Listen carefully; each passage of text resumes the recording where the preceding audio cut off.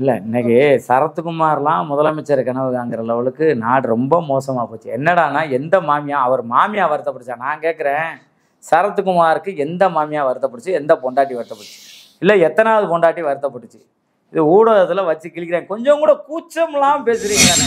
அவர் எந்த சூழலில் இருக்காருன்னு அவருக்கே தெரியல. அவர் இருக்க சூழல் நம்ம சொல்லக்கூடாது. அவரோட உடல் நலம் அவ்வளோ மோசமாக வச்சுருக்காங்க. இதை வச்சுட்டு அவர் எப்படி இறுதி முடிவு எடுப்பார்? அவரை ஒழிச்சு கட்டினதே நீங்கள் தானே மேடம். அந்த கூட்டத்தில் போச்சல தேர்ந்தெடுத்த கூட்டத்தில் அவர் எந்த சூழலில் இருக்காருன்னு அவருக்கே தெரியல. அவர் போய் எப்படி இறுதி முடிவு எடுப்பார்?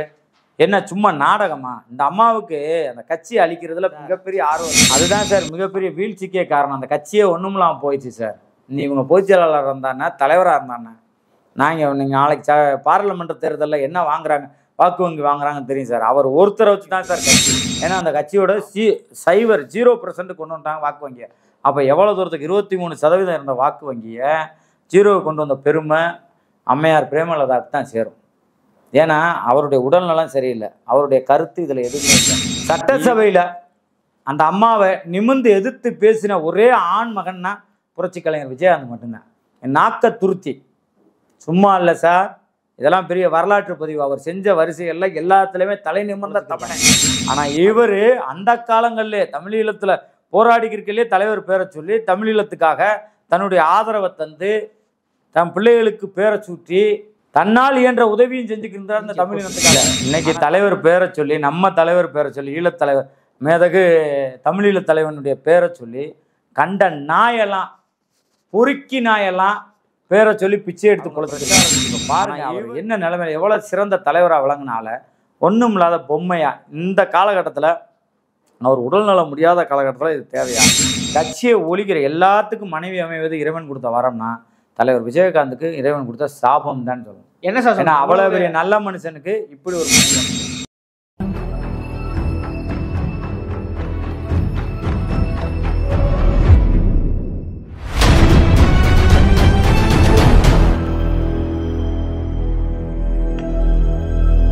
சார் வணக்கம். ஐயா வணக்கம்.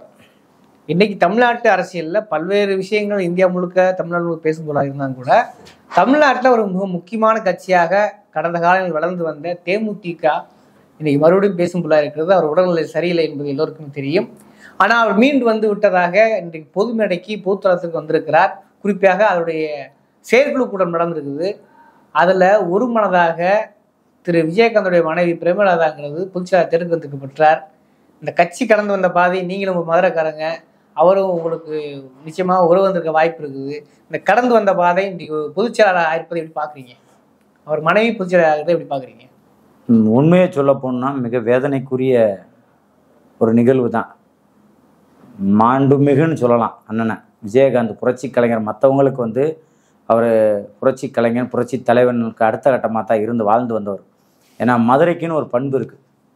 விஜயகாந்த் திரையுலகத்தில் காலெடுத்து வச்ச காலங்கள்லேருந்து சரிங்களா, நட்பாக இருந்தாலும் தன்னுடைய சக ஊழியர்களையும் நண்பர்களையும் மதிக்கத்தக்க ஒரு பெரிய மனிதன். பல உதாரணங்களை சொல்லலாம். மதுரையிலேருந்து அவங்க சென்னைக்கு போனப்போ இப்ராஹிம் ராவுத்தர்னு ஒரு நண்பர்களுடன் தொடர்ச்சியாக அவங்களுடைய வெற்றி படங்களை கொடுத்துக்கிருந்தாங்க. அந்த காலகட்டங்களில் பாகவதர் காலத்தில் திரைத்துறையில் சக ஊழியர்களுக்கு வெறும் சிற்றுண்டி கொடுக்குறதே பெரிய பிரம்மாண்டமான புரட்சிகரமான செயலாக இருந்திருக்கு. அதை கடந்து அடுத்து எம்ஜிஆர், புரட்சி தலைவர் எம்ஜிஆர் வந்த காலங்களில் உணவு போடணும்னு கட்டாயப்படுத்தியிருக்கார். எப்படி இந்த மக்களுக்கு, உழைக்கக்கூடிய மக்களுக்கு மதிய உணவு, இரவு உணவு, இரவு தொடர்ந்து ஷூட்டிங் தொடர்ச்சியாக நடந்தால் உணவு வழங்கணுன்றது அதை ஒரு கட்டமைப்பாக கொண்டு வந்தார் புரட்சி தலைவர் எம்ஜிஆர். உணவு கொடுக்கணும்னு அது நல்ல உணவாக கொடுத்து வந்தாங்க. ஐயா எம்ஜிஆருக்கு அப்புறம் அடுத்த காலகட்டங்களில் விஜயகாந்த், ரஜினிகாந்த், கமலஹாசன் இவங்கெல்லாம் வர்றாங்கல்ல, அந்த காலகட்டங்கள்லையும் உழைப்பாளிகளுக்கு கறி விருந்து கொடுக்கணும்னு சொல்லி எப்படி உழைப்பாளியோட அருமையை தெரிஞ்ச புரட்சி கலைஞர் கேப்டன் அவர்கள், அன்பு சகோதரன், எங்களுக்கு அண்ணன் தான் சொல்லுவோம் நாங்கள் உரிமையோட. நாங்களாம் மதுரைக்காரனுக்கு தான் கஷ்டம்னா என்னன்னு தெரியும், உழைப்புனா என்னன்னு தெரியும், நட்புனா என்னன்னு தெரியும். இவ்வளவு விஷயங்களையும் கடந்து தன்னுடைய சக ஊழியர்களுக்கு கறி விருந்து கொடுக்க சொல்லி அவர் அந்த சங்கங்களுக்கு, உணவு அளிக்கக்கூடிய சங்கங்களுக்கும் திரைத்துறை சங்கங்களுக்கும் அழுத்தம் கொடுத்து உணவளிக்க வச்சார். கறி விருந்து கொடுத்த முதல் முறையாக கறி விருந்து கொடுத்தவர் விஜயகாந்த், கேப்டன் விஜயகாந்த் தான். அதவே மாற்று மற்ற பட கம்பெனிகள் இருக்காங்கல்ல, தயாரிப்பாளர்கள் அவங்களுக்கும் அதை வந்து வலியுறுத்தி தொடர்ச்சியாக தனக்கு கீழே வேலை பார்க்கக்கூடிய சக நடிகர்கள் சக எல்லா யூனிட்டும் வைங்களேன், தொழில் இதை சார்ந்தவங்க அந்த திரைத்துறையில் ஒரு 32 தொழில்துறை இருக்குது. அந்த சக ஷூட்டிங் நடக்கிற இடத்துல அவ்வளோ பேரும் செயல்படுவாங்க. அவங்களுக்கான உணவு அளிக்கட்டும் முதல் முறையாக விஜயகாந்த் தான் கறி விருந்து சாதா சோறு போட்டு டீ காஃபி கொடுத்து சைவ உணவு அசைவ உணவு மாதிரி சைவ உணவை அசைவ உணவாக கூட்டினாரு. ஓகே சரிங்களா, அது ஒரு பெருமைக்குரிய விஷயம். அது போக நம்ம தயாரிப்பாளர் சங்கமாக இருந்தாலும் சரி, நடிகர் சங்கமாக இருந்தாலும் சரி, நடிகர் சங்கத்துடைய தலைவராக இருந்தபோது மிகப்பெரிய பாதாள குழியில் இருந்துச்சு நடிகர் சங்கத்துடைய பொருளாதாரம். ஏன்னா கடன் அது இதுன்னு பல பிரச்சனைகள் இருந்துச்சு. இவர் தலையெடுத்து தான் இந்த நடிகர் சங்கத்தை தலை தூக்கி நிப்பாட்ட வச்சார். நலிந்த நடிகர்களுக்கு கூட்டம் போட்டு நலிவுற்ற வயது முதிர்ந்தவர்களுக்கும் பொருளாதாரம் கொடுத்து உதவி, அவங்களுக்கான மருத்துவ செலவு, மாதம் ஓய்வூதியம்லாம் வழங்கி சிறப்பு திட்டங்கள்லாம் செயல்படுத்தி அதுக்காக பல வெளிநாட்டுகள் நிகழ்ச்சிகளை நடத்தி நலிந்த நடிகர்களை தூக்கி பிடிச்சவர் தலைவர் விஜயகாந்த் தான். 3வது கட்சியாக வர வேண்டியவர். எப்படி 2011 நீங்கள் பார்த்துருப்பீங்க, நம்ம அதில் கூட்டணி சேர்ந்து 29 எம்எல்ஏ வந்து எதிர்க்கட்சி தலைவராக வந்து மிகப்பெரிய அந்தஸ்துக்கு வந்தவரை இன்னைக்கு பொதுச்செயலாளராக பதவி ஏற்றிருக்காங்கல்ல இந்த அம்மா பிரேமலதாவும் அவருடைய கூட பிறந்தவர் சுதீஷ், 2 பேரும் தான் கெடுத்தது. என்ன சார் சொல்றீங்க? உண்மையை தான் சார் சொல்கிறேன். மனைவி எப்படி சார் கணவனை கெடுப்பாங்க? விஜயகாந்த் அவர்கள் கட்சி தொடங்கின காலத்தில் முதல் வாக்கு சதவீதம் 3%, அடுத்த கட்டமாக 11% கூடிச்சு எண்ணிக்கையில். ஏன்னா அவருடைய பேச்சாற்றல், அவர் மக்களுக்கு செய்த தொண்டு தான் அதுக்கு காரணம். அடுத்த 2011 23% வந்துருச்சு. என்ன காரணம்னா அவர் மக்கள் பணி ஆற்றினது, அவருடைய ரசிகர்கள் சினிமாவில் எப்படி இருக்காங்க 29 எம்எல்ஏ கை கொண்டாங்க. 29 எம்எல்ஏ செயல்பாட்டில் வந்துட்டாங்க. ஆனால் 29 இருந்த எம்எல்ஏவை இன்னைக்கு 0வுக்கு கொண்டு வந்த புகழ் வந்து அந்த அம்மா பிரேமலதாவுக்கு தான் சேரும். என்ன சார் அதில் இருந்த 80% எம்எல்ஏக்கள் கட்சி மாவட்ட செயலாளர் எல்லாம் திமுக அதிமுகன்னு தாவிட்டாங்க. ஏன்னா இவங்களோட நெருக்கடி கட்சியை ஒழிக்கிற எல்லாத்துக்கும் மனைவி அமைவது இறைவன் கொடுத்த வரம்னா தலைவர் விஜயகாந்துக்கு இறைவன் கொடுத்த சாபம் தான் சொல்லணும். என்ன சார்? ஏன்னா அவ்வளோ பெரிய நல்ல மனுஷனுக்கு இப்படி ஒரு மனைவி அமைஞ்சிருக்கு. இல்லை அவங்களோட நடவடிக்கை அப்படி, அவங்களோட பேச்சாற்றல் அப்படி, அவங்க பிரச்சாரத்துக்கு இப்போ பாருங்கள் அவர் என்ன நிலைமையில் எவ்வளோ சிறந்த தலைவராக விளங்கினால ஒன்றும் இல்லாத பொம்மையா இந்த காலகட்டத்தில், அவர் உடல்நலம் முடியாத காலகட்டத்தில் இது தேவையா? எதுக்கு இந்த அவசர கூட்டம், எதுக்கு இந்த அவசர பொதுச்செயலாளர் பதவி? அவங்க அந்த அம்மாவுக்கு சுற்றி ஜால்ரா அடிக்கிற ஒரு 10 பேர் இருக்கலாம், மற்றபடி எந்த தொண்டரும் இருக்க மாட்டாங்க.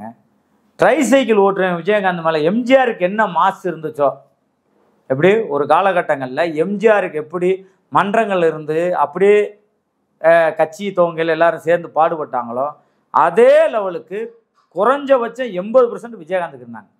மதுரை மாவட்டத்தில் நீங்கள் எந்த ரிச்சாவை பார்த்தீங்கன்னாலும் எம்ஜிஆர் படம் இருந்த மாதிரி விஜயகாந்த் படம் இருந்துச்சு. ரிச்சா தொழிலாளிகளில் பார்த்துருப்பீங்க.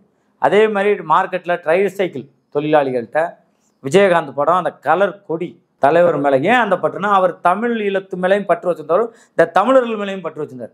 காவேரி பிரச்சனைக்கு நடிகர் சங்கங்களை கூட்டு பெரிய ஆர்ப்பாட்டம் நடத்தினவருங்க. இதில் எத்தனை நடிகர்கள் பங்கெடுத்தாங்க தெரியுமா? அவர் சங்க தலைவர், நடிகர் சங்க தலைவராக இருக்கு, அவர் மட்டும்தான் அந்த மாதிரி முன்னெடுக்க முடிஞ்சு.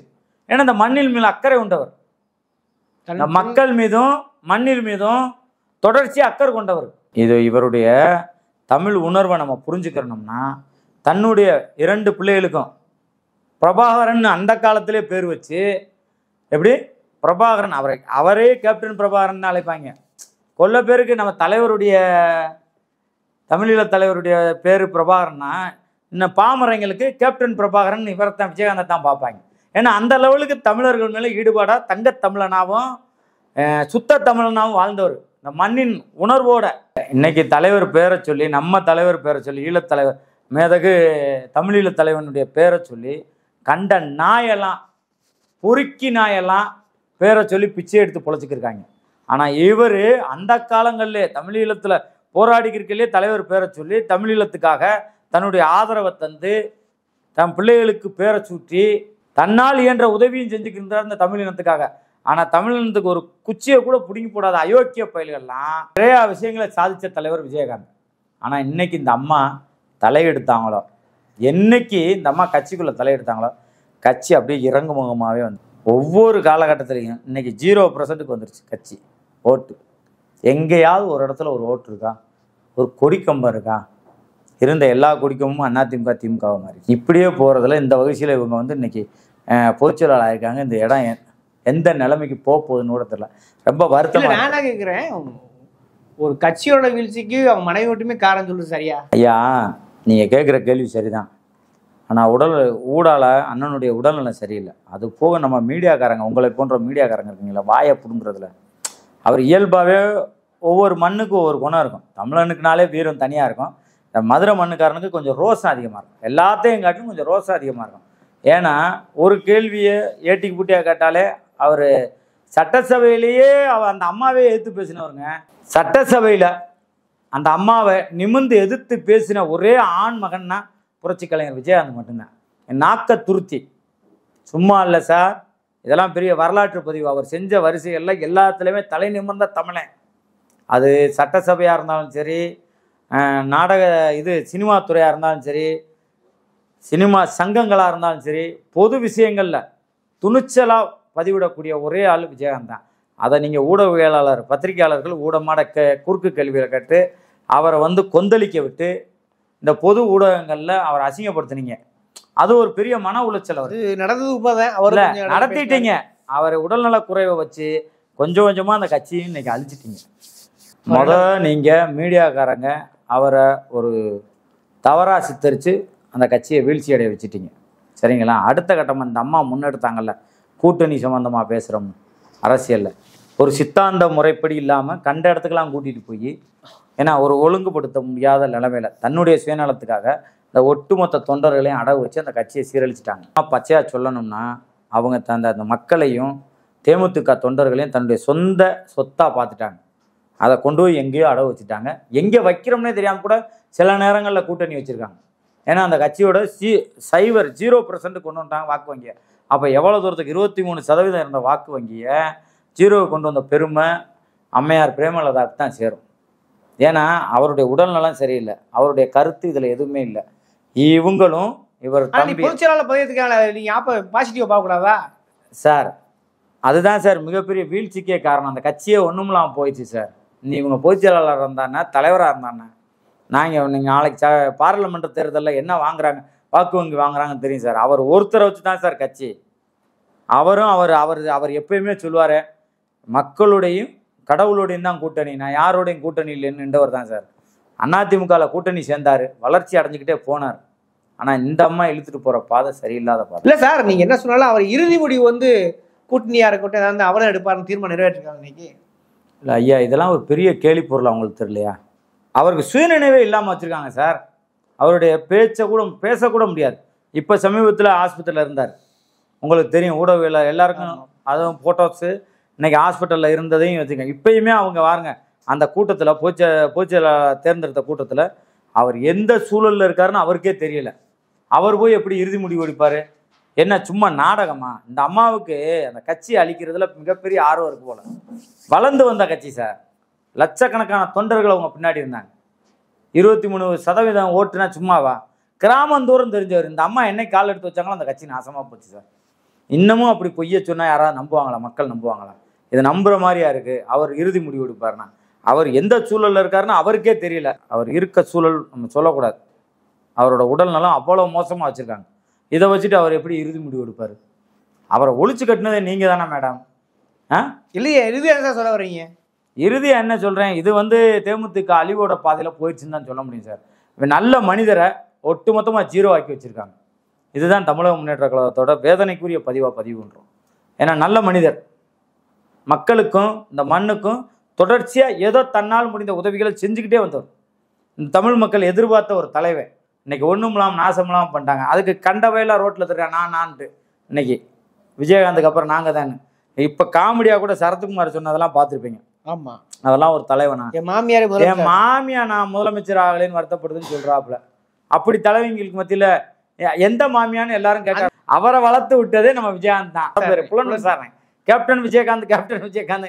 இன்னைக்கு நம்ம அண்ணன் மன்சூர் அலிகான அறிமுகப்படுத்தி வாழ்வு கொடுத்ததும் அண்ணன் விஜயகாந்த் தான். இல்லை, இன்னைக்கு சரத்குமார்லாம் முதலமைச்சர் கனவு காங்கிற லெவலுக்கு நாடு ரொம்ப மோசமாக போச்சு. என்னடானா எந்த மாமியா, அவர் மாமியா வருத்தப்படுச்சா? நான் கேட்குறேன், சரத்குமாருக்கு எந்த மாமியா வருத்தப்படுச்சு, எந்த பொண்டாட்டி வருத்தப்படுச்சு, இல்லை எத்தனாவது பொண்டாட்டி வருத்தப்பட்டுச்சு?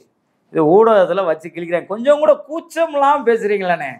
ஏண்ணே நீங்கள் முதலமைச்சராகி என்ன பண்ண போகிறீங்க?